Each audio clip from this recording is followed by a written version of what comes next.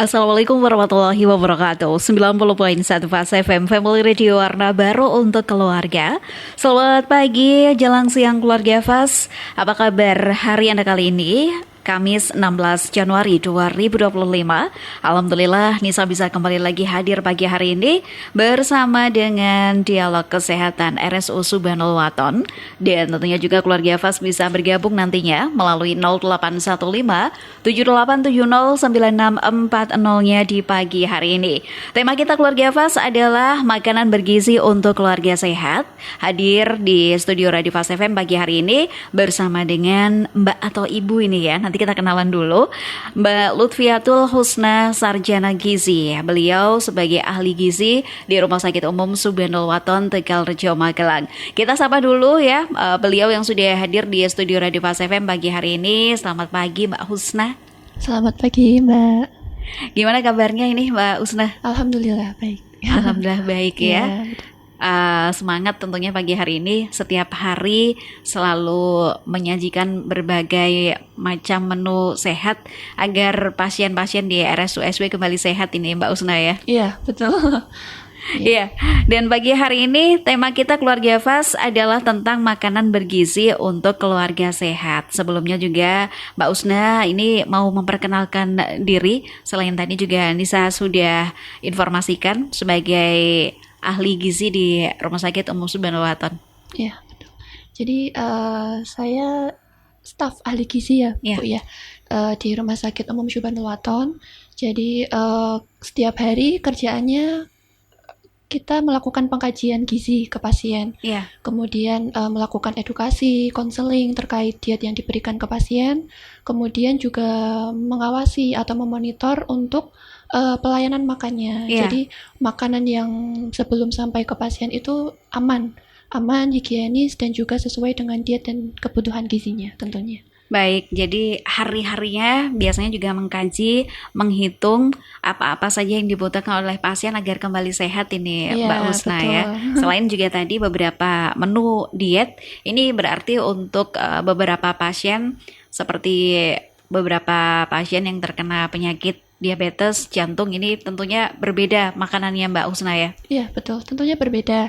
Karena setiap kebutuhan gizi orang juga pastinya berbeda. Disesuaikan dengan usia, Iya. kemudian jenis kelamin, kemudian ada riwayat penyakit atau tidak. Karena kalau misalkan ada riwayat penyakit berarti ada zat gizi yang harus dilebihkan atau harus dibatasi gitu. Dan juga makanan-makanan atau jenis-jenis makanannya juga harus diperhatikan untuk pasien dengan riwayat penyakit tertentu. Baik. Seperti itu. Ya, awalan yang insya Allah juga akan memberikan informasi sehat untuk keluarga Fast di rumah ini Mbak Husna ya. Makanan bergizi untuk keluarga sehat, disebutnya makanan bergizi, atau kita ke ini dulu Mbak Husna. Keluarga sehat itu berarti yang seperti apa Mbak Husna? Sebenarnya untuk keluarga sehat itu kita bisa menjaga kesehatan. Iya. Itu salah satunya melalui makanan gitu. Jadi kalau kita sebut makanan sehat untuk keluarga sehat berarti makanan tersebut harus memenuhi gizi yang seimbang. Nah, gizi seimbang itu apa?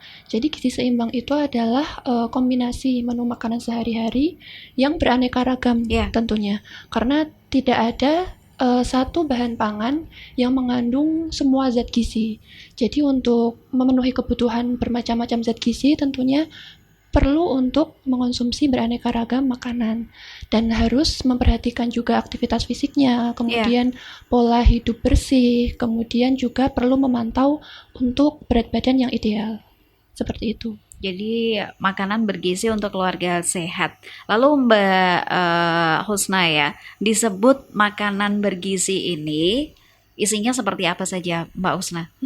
Kalau dulu waktu saya masih sekolah ya Mbak Masih ya. sekolah 4 sehat 5 Iya sempurna betul. ini. Nah tapi sekarang semboyannya sudah bukan lagi 4 sehat 5 sempurna karena 4 sehat 5 sempurna itu sudah tidak relevan lagi dengan zaman sekarang. Ya, Jadi sekarang kita sebut sebagai pedoman gizi seimbang. gizi seimbang. Nah, Baik. di pedoman gizi seimbang itu kita kenal ada namanya tumpeng gizi. Nah, di tumpeng gizi itu adalah panduan. Dia Iya. panduan makanan sehari-hari. Berisi 4 kelompok bahan makanan, kemudian ada cairan Dan tidak hanya jenis bahan makanan saja yang dijelaskan di tumpeng gizi, tapi juga porsi yang dianjurkan untuk 1 hari untuk makan gitu. Jadi ya sekarang ini kalau di zaman dulu memang istilahnya adalah 4 sehat, 5 sempurna. Ini Ya, baru betul. sempurna kalau ada susu juga. Tapi sekarang Ya, ini sudah berganti ini ya karena betul-betul. zamannya juga sudah berganti Mbak Husna ya. Nah, ini beberapa makanan sehat ini seperti apa pengolahannya Mbak Husna? Apa kita harus masak sendiri itu disebut makanan sehat atau bahkan beli di luar tapi jenisnya sayuran itu disebut makanan sehat atau seperti apa Mbak Husna? Nah, untuk makanan sehat sendiri definisinya luas ya.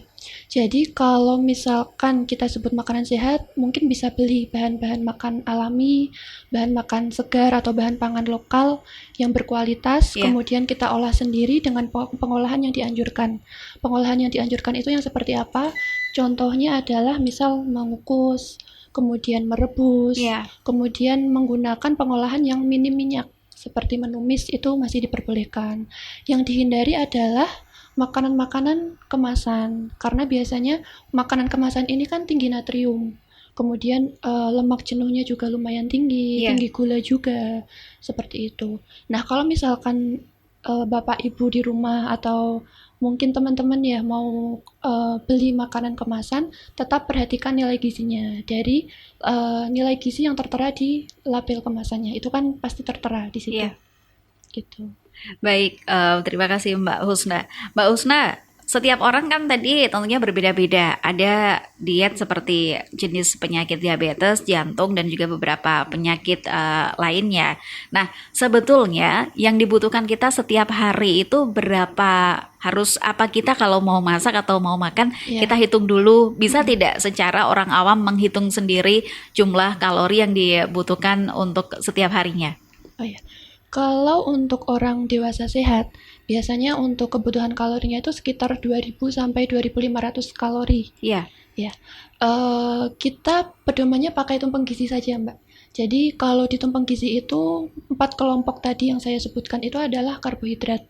Karbohidrat itu ya sumbernya dari nasi, kemudian kentang atau ubi, singkong, iya. jagung itu. Kemudian yang kedua harus ada proteinnya. Protein itu berasal dari protein hewani dan juga protein nabati.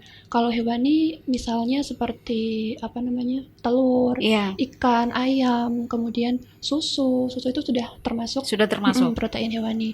Kemudian kalau protein nabati kita peroleh dari kacang-kacangan atau tempe tahu. Kemudian yang ketiga harus ada sumber lemak sehatnya. Lemak sehat itu bisa dari minyak zaitun atau mungkin buah alpukat atau mungkin minyak kelapa murni itu disebut lemak sehat. Kemudian ada vitamin dan mineral. Sumber vitamin dan mineral itu kita dapatkan dari sayur dan juga buah-buahan. Kemudian jangan lupa untuk mencukupi kebutuhan cairan minimal kalau orang dewasa 2 liter atau 8 gelas per harinya. 2 liter atau 8 gelas per hari. Ya, kemudian kalau untuk terkait porsi, tadi untuk karbohidrat itu seharinya sekitar 3 sampai 4 porsi dalam 1 hari.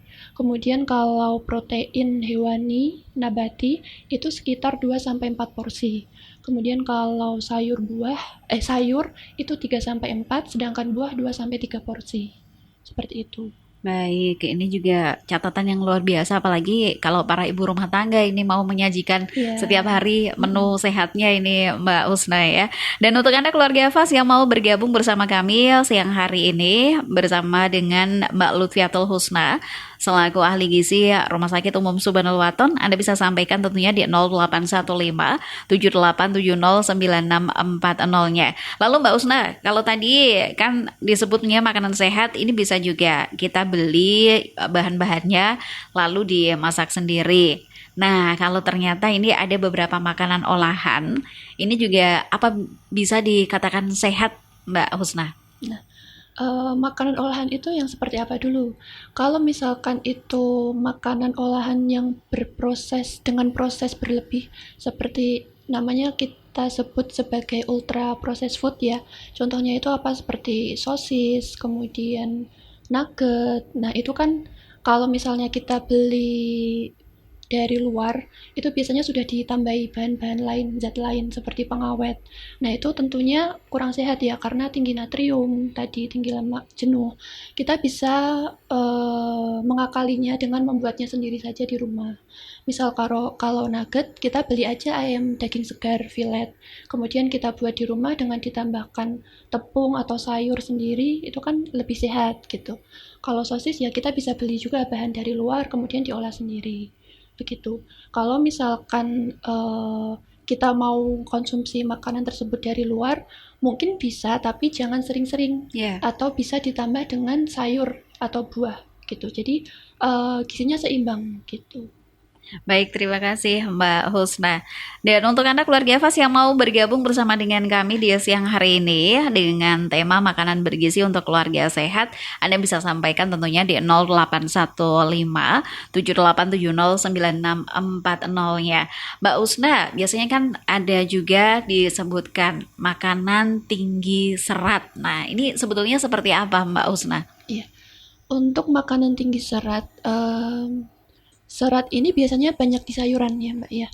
Kalau makanan tinggi serat ini dia bisa membantu memperlancar pencernaan. Kemudian untuk tubuh itu juga bisa membuat rasa kenyang lebih lama gitu. Sehingga memang makanan yang tinggi serat ini dianjurkan Ya. ya, dianjurkan sebagai menu makanan yang sehat. Karena selain itu ternyata untuk penderita diabetes, makanan yang tinggi serat ini bisa menstabilkan gula darah juga. Seperti itu. Baik, terima kasih Mbak Usna. Nah, tadi juga disebutkan sama Mbak Usna bahwasanya kebutuhan air ini 8 liter, 8 gelas 8 ini gelas ya, ya. 8 gelas setiap harinya. Nah, semisal ini ada keluarga Fas di rumah yang nggak suka air putih, bisa tidak kebutuhan 8 gelas air ini bisa kita dapatkan dari kuah bakso misalnya, kuah soto gitu, bisa nggak? Sebenarnya ini kan cairan ya Mbak, jadi tidak hanya air putih tapi juga bisa dari cairan lainnya gitu. Tetapi tetap kita perhatikan makanannya apa. Kalau kuah bakso kan biasanya juga tinggi garam, tinggi natrium. Nah mungkin bisa mengolah makanan sendiri dengan sop-sopan, itu nggak apa-apa. Kenapa kita bilang 8 gelas per hari? Karena mengukurnya kan lebih gampang ya, Ya. lebih terlihat kalau 8 gelas itu seberapa gitu. Baik, terima kasih ya Mbak Husna. Untuk anak keluarga Fas yang mau bergabung bersama dengan kami, dialog kesehatan bersama dengan Rumah Sakit Umum Subhanul Waton, Anda bisa sampaikan di 0815 7870 9640 ya, dengan tema makanan bergizi untuk keluarga sehat.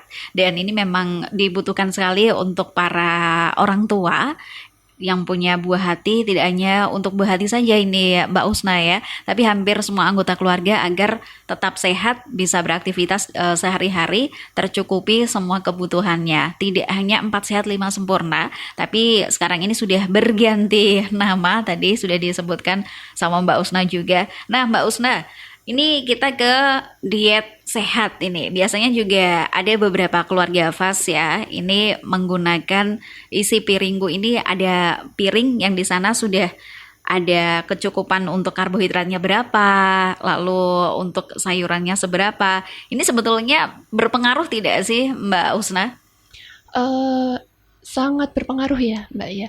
Karena dengan ada visualisasi isi piringku ini memudahkan, ibu terutama untuk menghidangkan makanan yang sehat itu seperti apa. Karena di isi piringku ini sudah apa namanya, dipaparkan juga berapa porsi yang baik untuk sehari gitu. Jadi kalau misalkan untuk keluarga sehat yang tidak ada riwayat penyakit apapun bisa mengadopsi panduan dari isi piringku ini untuk kebutuhan makanan sehari-hari seperti itu. Baik, terima kasih ya Mbak Husna. Untuk Anda keluarga Fas yang mau bergabung bersama dengan kami siang hari ini, kita nantikan atensinya tentunya di 0815 7870 9640 ya. Dan Anda juga bisa simak tentunya melalui live streaming kami, langsung bisa download aplikasi Suara Tugan Noise pastinya. Sesaat lagi keluarga Fas, kita akan kembali lagi setelah jeda iklan berikut ini, tetap di Dialog Kesehatan bersama dengan Rumah Sakit Umum Subhanul Waton.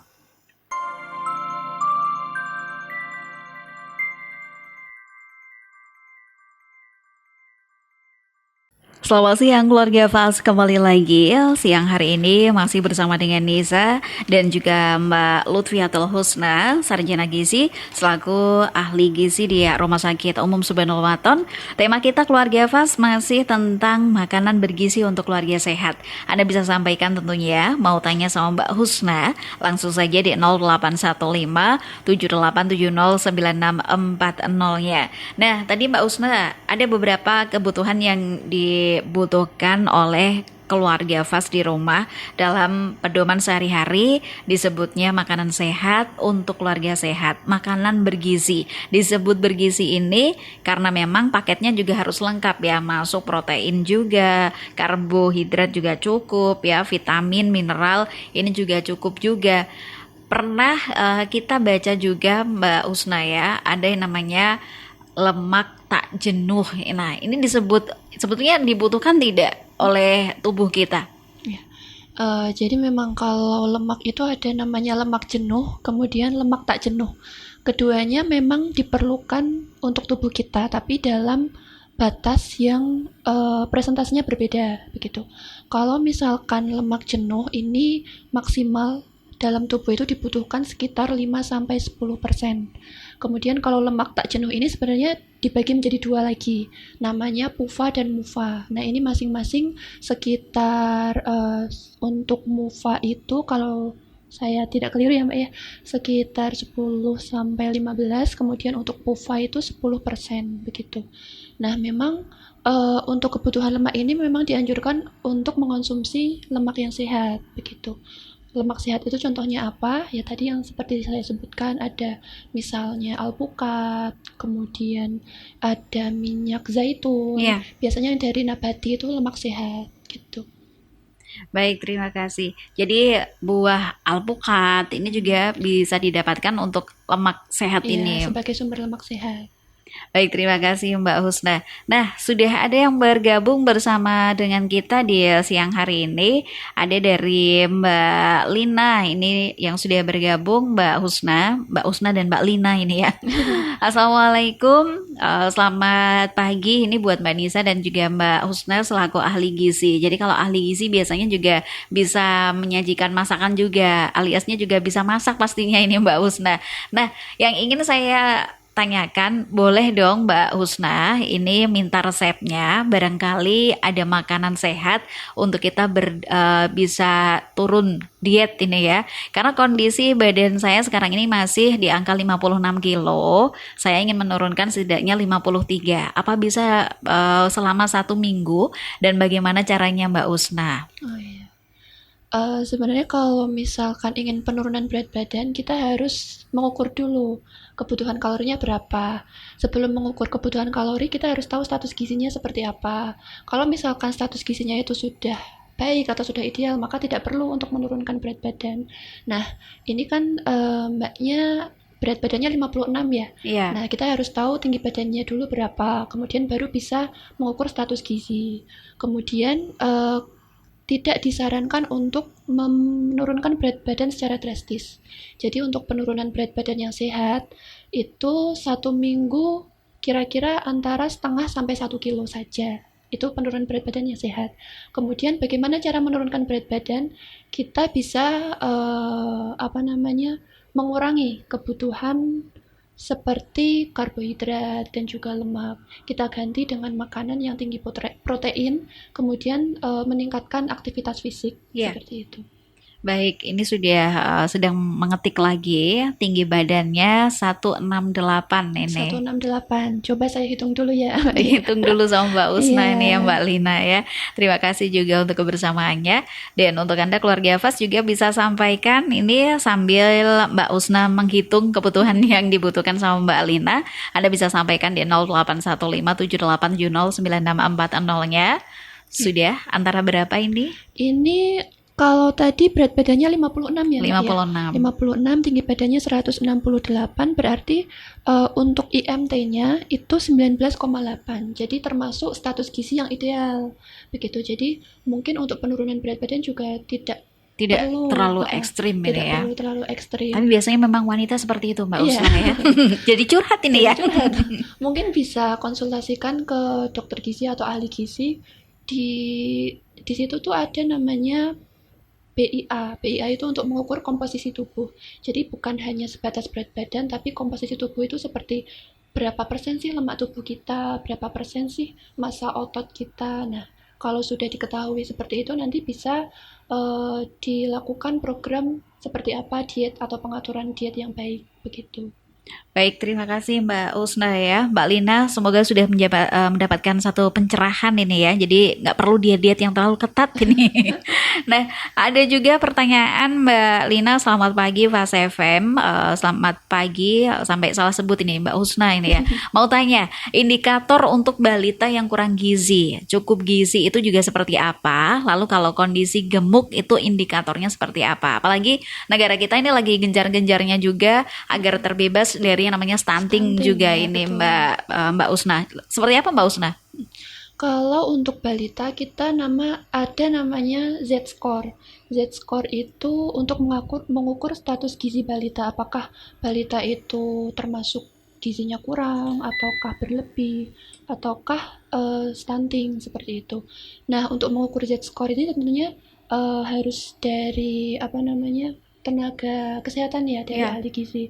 Karena selain berat badan, kita harus tahu tinggi badannya, kemudian usianya berapa, seperti itu. Kalau dikatakan balita dengan berat badan kurang, itu BB per U-nya itu biasanya kurang dari -2 standar deviasi. Itu dikatakan kurang. Kalau untuk balita stunting, Ya. itu salah satunya adalah tinggi badan per umurnya kurang dari -2 Z-score standar deviasi. Seperti itu. Tapi bukan berarti TB per U-nya -2 itu langsung dikatakan stunting ya, karena stunting itu kan macam-macam ya ininya, apa namanya, kriterianya Iya. gitu.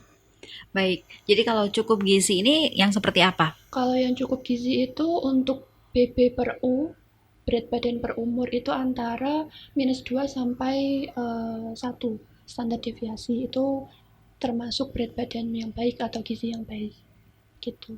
Ya, dan untuk indikatornya dikatakan gemuk, ini berarti seperti apa juga Mbak Husna? Itu tergantung umurnya juga ya Mbak ya. Baik.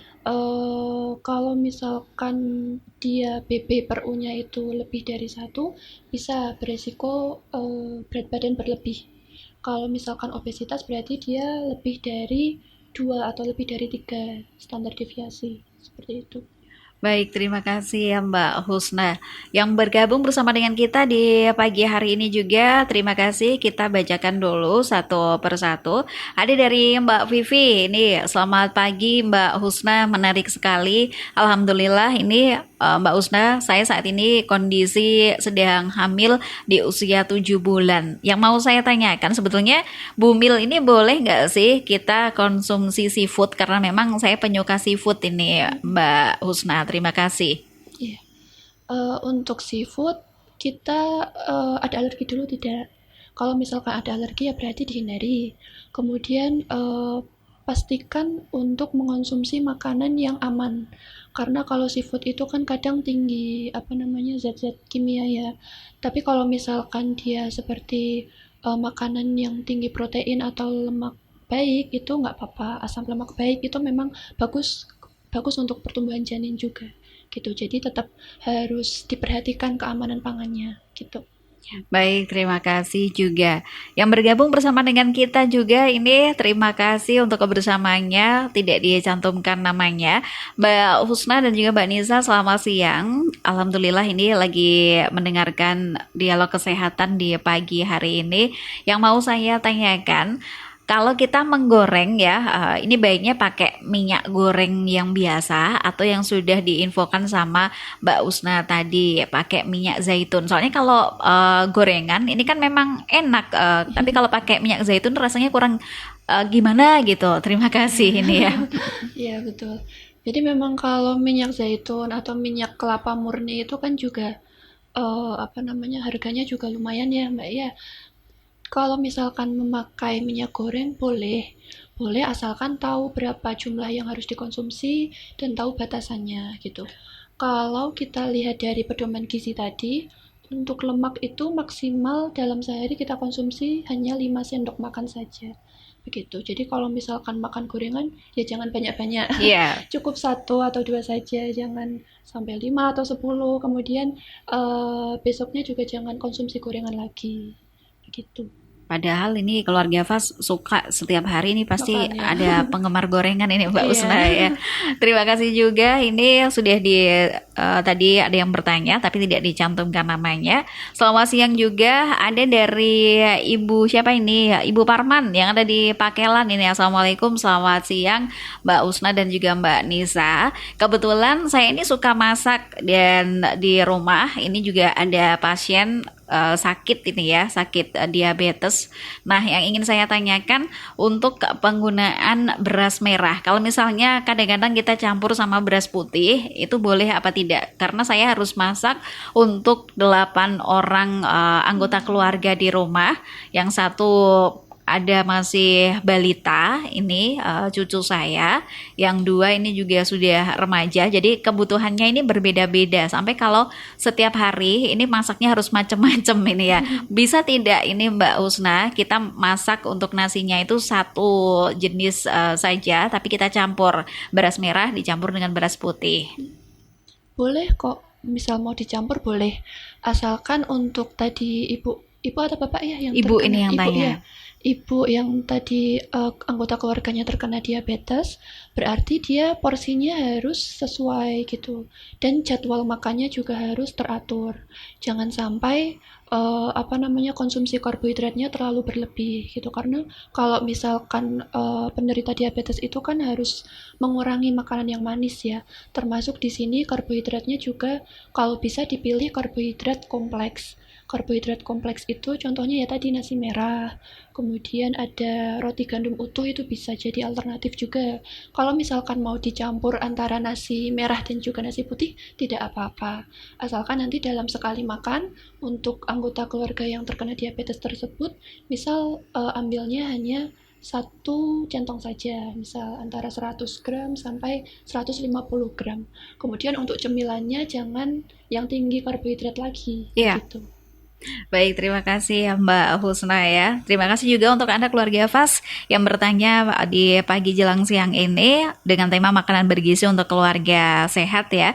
Dialog kesehatan bersama dengan Rumah Sakit Umum Subhanul Waton. Kita akan kembali lagi sesaat lagi Mbak Husna ya. Keluarga Fas juga yang mau bertanya masih kita buka atensinya tentunya di 081578709640 ya.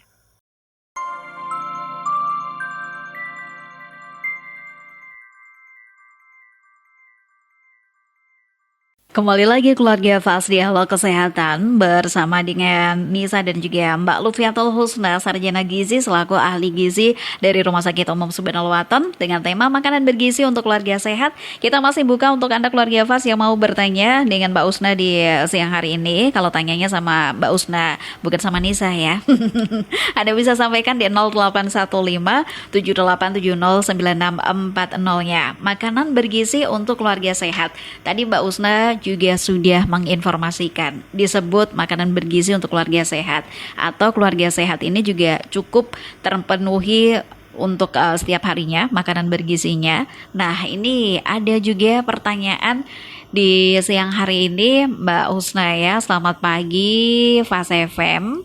Mau tanya tentang gizi. Bagaimana kita mengupayakan agar orang dewasa ini cukup gizinya? Apakah kondisi tubuh yang kurang berat badan itu juga tanda kurang gizi ya? Ini dari Ibu Titi di Magelang. Tapi nggak ada istilah stunting untuk orang dewasa ini Mbak Usna ya? Iya, iya.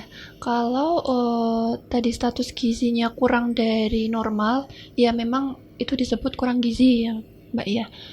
Untuk memenuhi kebutuhan gizi berarti kita harus tahu dulu kebutuhannya berapa untuk orang dewasa. Tadi kalau untuk orang dewasa sehat sekitar 2000 sampai 2500 kalori, kilokalori. Kemudian bagaimana caranya agar tadi yang kurang gizi itu bisa memiliki gizi yang ideal? Kita bisa mengatur makannya seperti apa. Misal tetap makan 3 kali sehari, dengan makanan yang tinggi kalori, tinggi protein, kemudian kita selingi dengan cemilan-cemilan sehat yang juga padat kalori. Misalkan roti kita tambah dengan selai kacang, itu akan menambah kalorinya. Kemudian misalkan jus atau milkshake, seperti itu bisa juga untuk menambah kalori. Kemudian bisa juga dengan cemilan yang menambah nilai gizinya seperti alpukat yang mengandung lemak yang sehat. Kemudian tetap harus berolahraga. Olahraga yang dimaksud adalah olahraga yang meningkatkan massa ototnya. Seperti itu. Sehingga nanti status gizinya akan lebih normal atau lebih ideal. Baik, terima kasih. Ini sudah dijawab ya Ibu Titi yang ada di Magelang. Siang juga ini ada dari mamanya siapa ini? Oh, dari mamanya Raka yang ada di Muntilan ini. Disebutkan juga selamat pagi Mbak Husna. Yang ingin saya tanyakan, boleh dong dibagi resepnya untuk kita kasih menu untuk bayi saya yang besok ini sudah bulan depan sudah mulai untuk makanan pemberian makanan pendamping yang pertama ini ya. Ini seperti apa pemberiannya biar cukup juga terpenuhi makanan bergizinya? Untuk bayi yang mulai dikenalkan ASI, kita mulai dulu dengan tekstur-tekstur yang mendekati cair, karena itu kan peralihan dari ASI ke makanan padat ya. Bisa kita berikan makanan saring. Makanan saring itu ya makanan yang di blender halus. Kemudian isinya apa? Kita bisa kasih misalkan potongan ayam, kemudian sayur-sayuran seperti mungkin brokoli atau wortel, kemudian campuran karbohidratnya bisa dari kentang. Nah, itu nanti dihaluskan, kemudian bisa diberikan ke anak. Ingat untuk bertahap pemberiannya. Bertahap ini Mbak Husna ya. Jadi untuk bulan pertama ini di masa setelah 6 bulan 6 ini bulan, bisa diberikan dulu setidaknya teksturnya yang langsung yang padat ini. Kalau untuk teksturnya tadi ya, peralihan antara cair ke padat, berarti harus yang agak cair kental gitu. Nanti baru perlahan-lahan bisa semakin padat untuk pemberiannya. Baik. Sampai nanti pas usia 1 tahun bisa diberikan makanan keluarga. Jadi sama untuk makanan keluarga ini bisa menikmati apa yang anggota keluarga lain dikonsumsi juga ini Mbak Husna ya. Dan juga ada dari siapa ini tidak dicantumkan namanya, menarik sekali ini. Tapi boleh dong ini Mbak Husna ya dibagi tips untuk sehat terutama untuk para emak-emak ini ya. Tadi juga disebutkan bahwasanya untuk diet. Nah, disebut seseorang ini punya badan yang proporsional ini seimbang. Ini seperti apa jenis makanan sehatnya? Dikatakan status gizinya itu ideal itu jika IMT tubuhnya itu antara 18,5 sampai 24,5. Itu status gizinya masih bagus, masih ideal ya. Kemudian bagaimana makanan yang bisa dikonsumsi? Ya tadi yang bisa terpenuhi gizinya melalui pedoman gizi seimbang tadi.